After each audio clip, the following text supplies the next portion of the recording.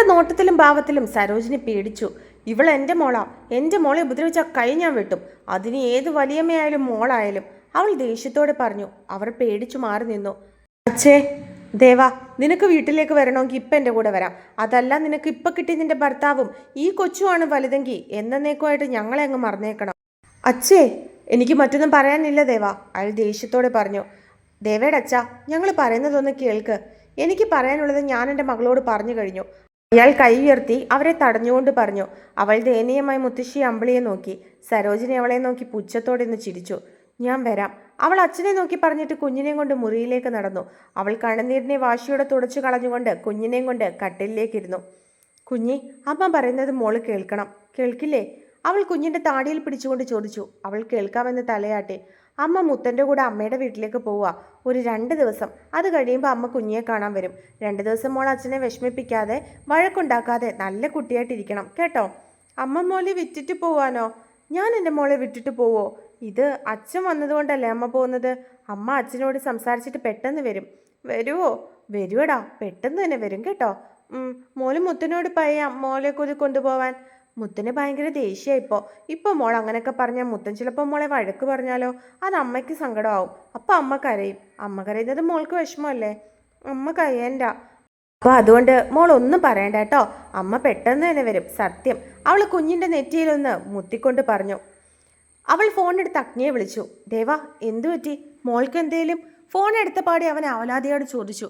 അവൾ അച്ഛൻ വന്ന കാര്യമൊക്കെ അവനോട് പറഞ്ഞു. ഒരു 5 മിനിറ്റ് ദേവാ, ഞാൻ ഇപ്പം വരാം, ഞാൻ സംസാരിക്കാം. വേണ്ട ഏട്ടാ, ഇപ്പം എന്ത് പറഞ്ഞാലും അച്ഛനത് കേൾക്കാൻ നിൽക്കില്ല. ഞാൻ വീട്ടിൽ ചെന്നിട്ട് പതുക്കെ അച്ഛനോട് കാര്യങ്ങളൊക്കെ പറഞ്ഞോളാം. ഏട്ടനൊന്ന് വരുവോ? മോളെ എനിക്കിവിടെ ഒറ്റയ്ക്കാക്കിയിട്ട് പോകാൻ പറ്റുന്നില്ല. ഞാൻ ഇപ്പം വരാം ദേവാ, നീ ഫോൺ വെച്ചോ. അവൻ പറഞ്ഞുകൊണ്ട് ഫോൺ വെച്ചു. ദേവ കുഞ്ഞിയെ നോക്കി. അവൾ കണ്ണുകളൊക്കെ നിറച്ച് അവളെ തന്നെ നോക്കിക്കൊണ്ടിരിക്കുകയായിരുന്നു. മോൾ എന്തിനാ കരയുന്നേ? അവൾ കുഞ്ഞിൻ്റെ കണ്ണുകൾ തുടച്ചു കൊടുത്തുകൊണ്ട് ചോദിച്ചു. ദേവയുടെയും കണ്ണുകൾ നിറഞ്ഞു. അവൾ അത് കുഞ്ഞ് കാണാതിരിക്കാൻ ശ്രമിച്ചു. അമ്മ വരുവോ? അവൾ വിതുമ്പിക്കൊണ്ട് ചോദിച്ചു. അമ്മ വരും കണ്ണാ, സത്യം. അവൾ മൂളിക്കൊണ്ട് തലയാട്ടി. അവൾ കുഞ്ഞിനെയും കൊണ്ട് താഴേക്ക് ഇറങ്ങി. അവളുടെ അച്ഛൻ സിറ്റൗട്ടിൽ നിൽക്കുകയായിരുന്നു. അവൾ കുഞ്ഞിനെ താഴെ നിർത്തിയിട്ട് മുത്തശ്ശിയുടെ അടുത്തേക്ക് നടന്നു. മുത്തശ്ശി, ഞാനിപ്പോൾ അച്ഛൻ്റെ ഒപ്പം പോവുക. അച്ഛനെ കാര്യങ്ങളൊക്കെ പറഞ്ഞ് മനസ്സിലാക്കിയിട്ട് ഞാൻ ഉടനെ തിരികെ വരും. അവൾ മുത്തശ്ശിയുടെ കയ്യിൽ പിടിച്ചുകൊണ്ട് പറഞ്ഞു. ചെറിയമ്മേ, മോളെ അച്ഛനോട് പറയണം 2 ദിവസത്തേക്ക് ക്ലാസ്സിന് പോവണ്ടാന്ന്, മോളെ നോക്കണമെന്ന്. അവൾക്ക് ആഹാരമൊക്കെ കൊടുക്കാൻ പറയണം. അവർ സങ്കടത്തോടെ തലയാട്ടി. എൻ്റെ മോളെ ഞാൻ എഞ്ചിനീയറിംഗാണ് പഠിപ്പിക്കുന്നത്, അല്ലാതെ കൊച്ചിനെ നോക്കാനുള്ള കോഴ്സൊന്നും അല്ല. സരോജിനെ പുച്ഛിച്ചു. ദേവ അതിനൊന്നും മിണ്ടിയില്ല. മിണ്ടിയിട്ട് കാര്യമില്ലെന്ന് അവൾക്ക് അറിയായിരുന്നു. അവൾ കുഞ്ഞിനെ എടുത്ത് ഒന്നുകൂടി ചുംബിച്ചു. കുഞ്ഞി വിതുമ്പി. കരയില്ലടാ, ദേ അമ്മയും കരയുവേ. മോള് കരയില്ല. അവൾ തനിയെ കണ്ണുനീർ തുടച്ചു കൊടുത്തുകൊണ്ട് പറഞ്ഞതും അവൾ കുഞ്ഞിൻ്റെ നെറ്റിയിൽ അമർത്തി ഉമ്മ വെച്ചു. അവളുടെ അച്ഛൻ ഇതൊക്കെ സിറ്റൗട്ടിൽ നിന്ന് കാണുന്നുണ്ടായിരുന്നു. അവരിറങ്ങാൻ തുടങ്ങിയതും അഗ്നിയും രഞ്ജുവും കാറിൽ വന്നിറങ്ങി. അവൻ അവരുടെ അടുത്തേക്ക് നടന്നു. ദേവയുടെ അച്ഛൻ്റെ മുഖം ദേഷ്യം കൊണ്ട് ചുവന്നു. അച്ഛാ, അവൻ അയാളെ വിളിച്ചു. അച്ഛനോ? ആരുടെ അച്ഛൻ? നാണം ഉണ്ടോടാ നിനക്ക്? ഒരച്ഛൻ്റെ വില നിനക്കറിയോ? ഒരച്ഛൻ്റെ വിഷമം നിനക്കറിയോ? 21 വർഷം ഈ നെഞ്ചി കിടത്തിയടാ ഞാൻ എൻ്റെ കുഞ്ഞിനെ വളർത്തിയത്. എന്നിട്ട് പെട്ടെന്നൊരു ദിവസം നിന്റെ കൊച്ചിന് വേണ്ടിയിട്ട് ഒരച്ഛൻ്റെ നെഞ്ചിൽ നിന്ന് പറിച്ചെടുത്തില്ലേ നീ എൻ്റെ മോളെ? അയാൾ ദേഷ്യത്തോടെ പറഞ്ഞു. അവൻ്റെ ഭാഗത്ത് തെറ്റുണ്ടായതുകൊണ്ട് തന്നെ അഗ്നിയൊന്നും മിണ്ടിയില്ല. ഇതൊക്കെ കണ്ട് സരോജിനി ചിരിച്ചു. എനിക്ക് പറയാനുള്ളത് ഒന്ന് കേൾക്കോ? മോൾക്ക് ദേവയില്ലാതെ പറ്റില്ല, അതാ. എത്ര വർഷത്തേക്കാ എൻ്റെ കുഞ്ഞിനെ നീ വിലക്കെടുത്തിരിക്കുന്നേ? 2 വർഷത്തേക്കോ? അത് കഴിഞ്ഞ് ഞാൻ പിന്നെ ഇവളെ എന്ത് ചെയ്യണം? പറയടാ, എന്ത് ചെയ്യണം? ഒരു 2ാം കെട്ടുകാരനെ കൊണ്ട് കെട്ടിക്കണോ എൻ്റെ കുഞ്ഞിനെ? പറയടാ. അയാൾ അവൻ്റെ ഷർട്ടിൽ പിടിച്ച് ഒലിച്ചുകൊണ്ട് ചോദിച്ചു. ഇനി മേലാ നീ എൻ്റെ കുഞ്ഞിനെ തിരക്കി വരരുത്. ഞങ്ങൾ ഡിവോഴ്സ് നോട്ടീസ് അയക്കും, ഒപ്പിട്ട് തന്നാൽ മതി നീ. അയാൾ അവനെ തൊഴുതുകൊണ്ട് പറഞ്ഞു. അച്ഛാ, വാ ദേവാ. അയാൾ അവളെ വിളിച്ചുകൊണ്ട് ഓട്ടോയിലേക്ക് കയറി. ദത്തേട്ടാ, ദേവാ, ഞാൻ സംസാരിച്ചോളാം അച്ഛനോട്. ഞാൻ വരും, ഉടനെ തന്നെ വരും. മോളെ നോക്കിക്കോണേ ഏട്ടാ. പുറത്തുള്ളവരെ പേടിക്കണ്ട, അകത്തുള്ളവരെ പേടിച്ചാൽ മതി. അവൾ സരോജിനി ഒന്ന് നോക്കിയിട്ട് പറഞ്ഞു. അവർ ദേഷ്യത്തോടെ അവളെ നോക്കി. അവൾ കുഞ്ഞിനെ അഗ്നിയുടെ കൈകളിലേക്ക് കൊടുത്തു. പിന്നെ സരോജിനിയുടെ അടുത്തേക്ക് നടന്നു. നിങ്ങളിനി എന്തൊക്കെ പറഞ്ഞാലും കാണിച്ചാലും അതെൻ്റെ കഴുത്തിൽ താലി കെട്ടി എൻ്റെ ഭർത്താവും എൻ്റെ മോളുവാ. നിങ്ങൾ എന്തൊക്കെ കളി കളിച്ചാലും ഈ താലി ദേവയുടെ കഴുത്തിൽ നിന്നും അഴിയില്ല. ഈ സിന്ദൂരം എൻ്റെ നെറ്റിയിൽ നിന്ന് മായാനും ഞാൻ സമ്മതിക്കില്ല. അവൾ ദേഷ്യത്തോടെ പറഞ്ഞിട്ട് തിരിഞ്ഞു നടന്നു. പിന്നെ എന്തോ ഓർത്ത പോലെ തിരികെ വന്നു. അവരെന്താണെന്നുള്ള അർത്ഥത്തിൽ അവളെ വീണ്ടും നോക്കി. ഇതിനെല്ലാം നിങ്ങൾ വിഷമിക്കുന്നൊരു കാലം വരും. ഈ ചെയ്യുന്നതിനെല്ലാം നിങ്ങൾ സ്വയം ഓർത്ത് കരയും. അവൾ അവരെ ഓർമ്മിപ്പിച്ചുകൊണ്ടിറങ്ങി. അവൾ ഒന്നുകൂടി രുദ്രയെ കയ്യിൽ വാങ്ങി അവളുടെ മുഖം മുഴുവൻ ചുംബിച്ചു. പോയിട്ട് വരാൻ ദത്തേട്ടാ. അവൾ അഗ്നിയെ നോക്കി പറഞ്ഞതും അവൻ അവളെ ചേർത്ത് നിർത്തി നെറ്റിയിൽ ചുംബിച്ചു. അവളൊന്ന് പുഞ്ചിരിച്ചു. അവളുടെ അച്ഛൻ ഓട്ടോയിലിരുന്ന് അവനെ ദേഷ്യത്തോടെ നോക്കി. മുത്തശ്ശി അമ്പിളിയും പരസ്പരം നോക്കി ചിരിച്ചു. സരോജിനി അപ്പോഴും അവൾ പറഞ്ഞതിൻ്റെ പൊരുൾ തേടുകയായിരുന്നു. ദേവാച്ചനോടൊപ്പം ഓട്ടോ കയറുന്നത് എല്ലാവരും നോക്കി നിന്നു. സരോജിനിയാണെ പുച്ഛത്തോടെ ചിരിക്കുകയായിരുന്നു. അച്ഛാ, അമ്മ. രുദ്ര അവളെ കൈ ചൂണ്ടി അഗ്നിയോട് പറഞ്ഞു. അമ്മ പോയിട്ട് വരും കേട്ടോ, പെട്ടെന്ന് വരും. അഗ്നി അവളെ സമാധാനിപ്പിച്ചുകൊണ്ട് അകത്തേക്ക് കയറി. ആതിര എവിടെ? അകത്തേക്ക് കയറിയതും രഞ്ജു ആതിരയെ കാണാതെ സരോജിനിയോട് ചോദിച്ചു. അവൾക്ക് തലവേദനയാ, അവള് കിടക്കുക. അവർ പറഞ്ഞുകൊണ്ട് ആരെയും നോക്കാതെ മുറിയിലേക്ക് പോയി. എനിക്കിവരെ നല്ല സംശയമുണ്ട് അഗ്നി. വലിയമ്മയും ആതിരയും കൂടി ആയിരിക്കും ഏട്ടത്തിയുടെ അച്ഛനോട് ഇതെല്ലാം പറഞ്ഞു കേൾപ്പിച്ചത്. എനിക്കും അത് സംശയമുണ്ട്. വരട്ടെ, ദേവ പോയിട്ടുണ്ടല്ലോ, അവൾ മനസ്സിലാക്കിക്കോളും സത്യം. അതുവരെ അവരോടൊന്നും ചോദിക്കാൻ നിൽക്കണ്ട. അഗ്നി പറഞ്ഞിട്ട് കുഞ്ഞിനെയും കൊണ്ട് മുറിയിലേക്ക് നടന്നു. സരോജിനി ആതിരയുടെ അടുത്തേക്ക് ചെന്നു. മോളെ, എടി എഴുന്നേക്ക്. അവർ അവളെ തട്ടി വിളിച്ചു. എന്താ അമ്മേ, അയാൾ പോയോ? പോയി, അവളെയും കൊണ്ടുപോയിട്ടുണ്ട്. അവർ ചിരിച്ചുകൊണ്ട് പറഞ്ഞു. അതെയോ? അതൊന്നും കാണാൻ പറ്റിയില്ലല്ലോ അമ്മേ, അവൾ വിഷമത്തോടെ പറഞ്ഞു. ഇപ്പം നീ അങ്ങോട്ട് വന്നിരുന്നെങ്കിൽ അയാൾ നിന്നെ തിരിച്ചറിഞ്ഞേനെ. നീയാണ് അവിടെ ചെന്നെല്ലാം പറഞ്ഞതെന്നുള്ള നീ അറിഞ്ഞാലുള്ള കാര്യം നിനക്കറിയാലോ. അതുകൊണ്ടാണ് ഞാൻ അങ്ങോട്ട് വരാഞ്ഞത്. എന്തായാലും ശല്യം പോയല്ലോ, എനിക്കത് മതി. അങ്ങനെ ആശ്വസിക്കാനായിട്ടില്ല. അവൾ 2 ദിവസത്തിനുള്ളിൽ തിരിച്ചു വരുമെന്ന് പറഞ്ഞിട്ടാ പോയിരിക്കുന്നത്. അതിന് അവൾ പറയുന്നത് എന്തേലും അവളുടെ അച്ഛൻ കേൾക്കാൻ നിന്നാലല്ലേ. ഞാൻ അയാളോട് പറഞ്ഞിട്ടുണ്ട്. അഗ്നിയേട്ടൻ അവളെ ഇവിടെ പിടിച്ചു നിർത്താൻ പല കള്ളങ്ങളും പറഞ്ഞു കൊടുത്തിട്ടുണ്ടെന്ന്. അവൾ പാവമായതുകൊണ്ട് അതൊക്കെ അപ്പടി വിശ്വസിച്ചിട്ടുണ്ടെന്ന്. അമ്മ പേടിക്കണ്ട, അവളിനി വരില്ല. ആതിര ചിരിച്ചുകൊണ്ട് പറഞ്ഞതും അവരും ചിരിച്ചു. അവൾ കരഞ്ഞോണ്ടാണോ ഇവിടുന്ന് പോയത്? ഇടയ്ക്ക് അവൾ ദേഷ്യത്തോടെ സംസാരിക്കുന്നതും കേട്ടല്ലോ. അതാരോടായിരുന്നു? എന്നോടാ. അവളുടെ കൊച്ചിനെ ഞാൻ പിടിച്ചു മാറ്റിയപ്പോൾ അവൾക്കങ്ങ് പൊള്ളി. എന്നോട് പറയുക അവളുടെ കൊച്ചിനെ തൊട്ട എൻ്റെ കൈ അവൾ വെട്ടുമെന്ന്, എന്നെ അവൾ കൊന്നു കളയുമെന്ന്. എത്ര നാളത്തേക്കാണോ എന്തോ എൻ്റെ കൊച്ച്, അവൾ പുച്ഛത്തോടെ പറഞ്ഞു. പെട്ടെന്ന് സരോജിനി പോകുന്നതിന് മുമ്പ് ദേവ പറഞ്ഞ കാര്യങ്ങൾ ഓർത്തു. എന്തു പറ്റിയമ്മേ പെട്ടെന്നൊരു വിഷമം? അത് മോളെ, അവർ പറഞ്ഞുകൊണ്ട് ദേവ പറഞ്ഞ കാര്യങ്ങൾ അവളോട് പറഞ്ഞു. അതെന്താ അമ്മേ അവൾ അങ്ങനെ പറഞ്ഞേ? അമ്മ എങ്ങനെ വിഷമിക്കാനാ? എനിക്കറിയില്ല. ചിലപ്പോൾ അവൾ വാശിക്ക് പറഞ്ഞതായിരിക്കും. അതായിരിക്കും അമ്മേ. അമ്മ അത് വിട്ടേക്ക്. ആതിരയോട് അങ്ങനെ പറഞ്ഞെങ്കിലും അവരുടെ ഉള്ളിൽ അത് സംശയമായി തന്നെ കിടന്നു. ദേവ വീട്ടിലേക്ക് വന്നിട്ട് അച്ഛനോട് കാര്യങ്ങൾ പറയാൻ ശ്രമിച്ചെങ്കിലും അയാൾ അത് കേൾക്കാൻ നിന്നില്ല. അവളെ വീട്ടിലേക്കാക്കിയിട്ട് അയാൾ ആ ഓട്ടോയിൽ തന്നെ കവലയിൽ പോയിരുന്നു. അമ്മേ, അവൾ വിളിച്ചുകൊണ്ട് അകത്തേക്ക് കയറിയതും അവർ ഓടി വന്ന് അവളെ ഇറുക്കി കെട്ടിപ്പിടിച്ചു. മോളെ, മോൾക്ക് സുഖമാണോ? ഞങ്ങളൊന്നും അറിഞ്ഞില്ല മോളെ. എൻ്റെ പൊന്നു മോളെ, അമ്മ ഒരുപാട് ശപിച്ചു. നീ തെറ്റ് ചെയ്തെന്ന് അറിഞ്ഞപ്പോൾ എന്നോട് ക്ഷമിക്കണം. ആ കുട്ടി വന്ന് പറഞ്ഞപ്പോൾ ഞങ്ങളങ്ങ് ഇല്ലാതെ ആയിപ്പോയി മോളെ. അവർ അവളെ ഇറുക്കി പിടിച്ചുകൊണ്ട് പറഞ്ഞു. ഏത് കുട്ടി? ആരാ അമ്മ ഇവിടെ വന്ന് ഇതൊക്കെ പറഞ്ഞത്? അതറിയില്ല മോളെ. അവിടുത്തെ ബന്ധുവാണെന്നാ പറഞ്ഞത്. അവരെന്താ പറഞ്ഞത്? അവൾ സംശയത്തോട് ചോദിച്ചു.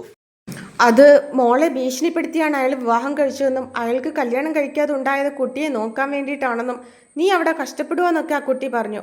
അമ്മയ്ക്ക് ആ കുട്ടിയെ കണ്ട ഇപ്പം അറിയോ? അറിയാം. അവർ പറഞ്ഞതും അവൾ ഫോൺ എടുത്ത് ആതിരയുടെ വാട്സപ്പ് ഫോട്ടോ എടുത്ത് കാണിച്ചു കൊടുത്തു. ഈ കുട്ടിയാണോ? അവൾ സംശയത്തോട് ചോദിച്ചു. അതെ, ഈ കുട്ടി തന്നെയാ. അവൾ അതിനൊന്ന് മോളി. എന്താ മോളെ, ഇത് ദത്തേട്ടൻ്റെ വലിയമ്മയുടെ മകളാ, ആതിര ചേച്ചി. അതെയോ? അതെ അമ്മേ.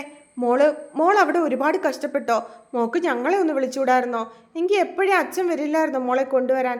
അമ്മേ, അങ്ങനെയൊന്നും അല്ല കാര്യങ്ങൾ. ആദ്യത്തെ ദിവസമൊക്കെ എനിക്ക് വിഷമമായിരുന്നു, ദേഷ്യമായിരുന്നു എനിക്ക് ആ മനുഷ്യനോട്. പക്ഷേ ആരും കരുതുന്നത് പോലെ അല്ല അമ്മേ കാര്യങ്ങൾ. എനിക്ക് അവിടെ ഒരു വിഷമവും ഇല്ലായിരുന്നു. വിഷമിക്കാൻ എൻ്റെ മോള് സമ്മതിച്ചിട്ട് വേണ്ടേ? അവൾ ചിരിച്ചുകൊണ്ട് പറഞ്ഞു. അമ്മയ്ക്കാണെങ്കിൽ ഒന്നും മനസ്സിലായില്ല. ഞാൻ എല്ലാം പറയാം അമ്മയോട്. അവൾ പറഞ്ഞുകൊണ്ടുണ്ടായ സംഭവങ്ങളൊക്കെ അവരോട് പറഞ്ഞു. സത്യമാണോ മോളെ ഇതൊക്കെ? സത്യം അമ്മേ. അമ്മ തന്നെ എന്നെ ഒന്ന് നോക്ക്. ഞാൻ വിഷമം കൊണ്ട് ക്ഷീണിച്ചിരിക്കുകയാണോ സന്തോഷം കൊണ്ട് നന്നായി ഇരിക്കുകയാണോ? അവൾ അമ്മയുടെ കയ്യിൽ പിടിച്ച് ചിരിച്ചുകൊണ്ട് ചോദിച്ചു. നീ സന്തോഷവതിയായിട്ടിരിക്കുക, നല്ല തിളക്കമുണ്ട് നിന്റെ മുഖത്ത്. അവർ അവളുടെ മുഖത്ത് കൈവച്ചുകൊണ്ട് പറഞ്ഞു. അതെ അമ്മേ, ഞാൻ ഒരുപാട് ഹാപ്പിയാ, ഒരുപാട്. എൻ്റെ ജീവിതത്തിൽ ഞാൻ ഇത്രയും സന്തോഷിച്ചിട്ടില്ല അമ്മേ. ദത്തേട്ടൻ്റെയും മോളുടെയും കൂടെ ഞാൻ ഒരുപാട് ഹാപ്പിയാ. എനിക്ക് നിങ്ങളെക്കുറിച്ചുള്ള വിഷമം മാത്രമേ അവിടെ ഉള്ളൂ. അവൾ പുഞ്ചിരിയോടെ പറഞ്ഞു. മോള് പോയി ഫ്രഷ് ആയിട്ട് വാ, ഞാൻ കഴിക്കാനെടുക്കാം. അച്ഛൻ വരുമ്പോൾ നമുക്ക് ഇതിനെപ്പറ്റി സംസാരിക്കാം. ഇതൊക്കെ നമുക്ക് അച്ഛനോട് പറയാം. ചേച്ചി എവിടെ അമ്മേ? മുറിയിലുണ്ട്. ഹോസ്പിറ്റലിൽ കൊണ്ടുപോയിരുന്നോ ചേച്ചിയെ? കൊണ്ടുപോയി. പണം ഉണ്ടായിരുന്നു അമ്മേ. ഏതോ ചാരിറ്റിയുടെ ഭാഗമായിട്ട് അച്ഛന് കുറച്ച് പണം ഈ മാസം കിട്ടിയിരുന്നു, അങ്ങനെ കാണിച്ചു. ദേവയ്ക്ക് എന്തോ അത് അഗ്നിയാണെന്ന് കൊടുത്തതെന്ന് അപ്പോൾ പറയാൻ തോന്നിയില്ല. അവർ നിഷേധിച്ചാലോ എന്നുള്ള പേടിയായിരുന്നു അവൾക്ക്. സത്യങ്ങൾ അറിയുന്നത് വരെ അങ്ങനെ തന്നെ ഇരിക്കട്ടെ എന്ന് അവളും കരുതി. ചേച്ചി, വീൽ ചെയറിൽ പുറത്തേക്ക് നോക്കിയിരിക്കുന്ന ഒരു പെൺകുട്ടിയെ നോക്കി അവൾ വിളിച്ചു. അവൾ വീൽ ചെയറിൽ തിരിച്ചിട്ട് അവളെ നോക്കി ചിരിച്ചു. ഐശ്വര്യം തുളുമ്പുന്ന മുഖം. ദേവയെ പോലെ തന്നെയായിരുന്നു അവളുടെ ചേച്ചിയും. ഐശ്വര്യ എന്ന ഐഷു, ദേവയുടെ ഐഷു ചേച്ചി. പക്ഷെ ഐഷു കുറച്ചും കൂടി ഇളം കളറായിരുന്നു. ദേവ ചേച്ചി. അവൾ ഓടിച്ചെന്ന് അവളെ ഇറുക്കി പിടിച്ചു. മോളെ, നിനക്ക് സുഖമാണോ? സുഖമാ ചേച്ചി. ചേച്ചിക്കോ? എനിക്കെന്താ മോളെ, ഇങ്ങനൊരു ഇരിപ്പിരുന്നാ പോരെ. സുഖം. അവൾ ചിരിച്ചുകൊണ്ട് പറഞ്ഞതും ദേവയ്ക്ക് വിഷമമായി. എല്ലാം ശരിയാവും ചേച്ചി. എൻ്റെ ചേച്ചി പഴയതുപോലെ ഓടിച്ചാടി നടക്കും. എന്നിട്ട് വേണ്ടേ നമുക്ക് ഈ ചേച്ചിക്കുട്ടിയുടെ ഹൃദയം കട്ടെടുത്ത എൻ്റെ ഏട്ടനെ ചെന്ന് കാണാൻ? അവൾ ഐഷുവിൻ്റെ മൂക്കിൽ പിടിച്ച് വലിച്ചുകൊണ്ട് പറഞ്ഞു. അതൊന്നും നടക്കില്ല മോളെ. എനിക്കിപ്പോൾ അങ്ങനെ ആഗ്രഹങ്ങളൊന്നുമില്ല. ഇങ്ങനെ ആയതിനു ശേഷം ഞാൻ അതൊക്കെ മറന്നു. അതൊക്കെ ദുരാഗ്രഹമായി പോകും മോളെ. വേണ്ടടി. ആ മനുഷ്യൻ എന്തിനാ എന്നേക്കാൾ നല്ല പെൺകുട്ടി ആ മനുഷ്യന് കിട്ടും. അത് മാത്രമല്ല, ആ മനുഷ്യൻ ഏതോ നല്ല വലിയ കുടുംബത്തിലുള്ളതാ. നമുക്ക് മോഹിക്കാൻ പോലും യോഗ്യതയില്ല മോളെ. എന്ത് ദുരാഗ്രഹം? ഒന്നുമില്ല. എൻ്റെ ചേച്ചിക്ക് ആ ഏട്ടനെ തന്നെ കിട്ടും. നോക്കിക്കോ. ചേച്ചിയുടെ ആഗ്രഹം സത്യമാണെങ്കിൽ എൻ്റെ കണ്ണൻ തന്നെ ചേച്ചിക്ക് ആ ചേട്ടനെ ഇനിയും കാണിച്ചു തരും. ഇപ്പം തന്നെ നോക്കിക്കേ. ഞാനിപ്പോൾ കല്യാണം കഴിക്കുമെന്ന് കരുതിയതാണോ? അതും ദത്തേട്ടനെ. നമുക്ക് ചിന്തിക്കാവുന്നതിലപ്പുറം അവരുടെ സ്വത്തും മുതലും ഒക്കെ. എന്നിട്ട് ഒരു സുപ്രഭാതത്തിൽ അത് നടന്നില്ലേ? അതുപോലെ എൻ്റെ ചേച്ചിയും തേടി വരും, എൻ്റെ ചേച്ചിയുടെ രാജകുമാരൻ. അവൾ ചിരിച്ചുകൊണ്ട് പറഞ്ഞു. നീ അതൊക്കെ വിട്. നിന്റെ വിശേഷങ്ങൾ പറയ്. നീ ഹാപ്പിയാണോ? ഹാപ്പിയാണോന്നോ?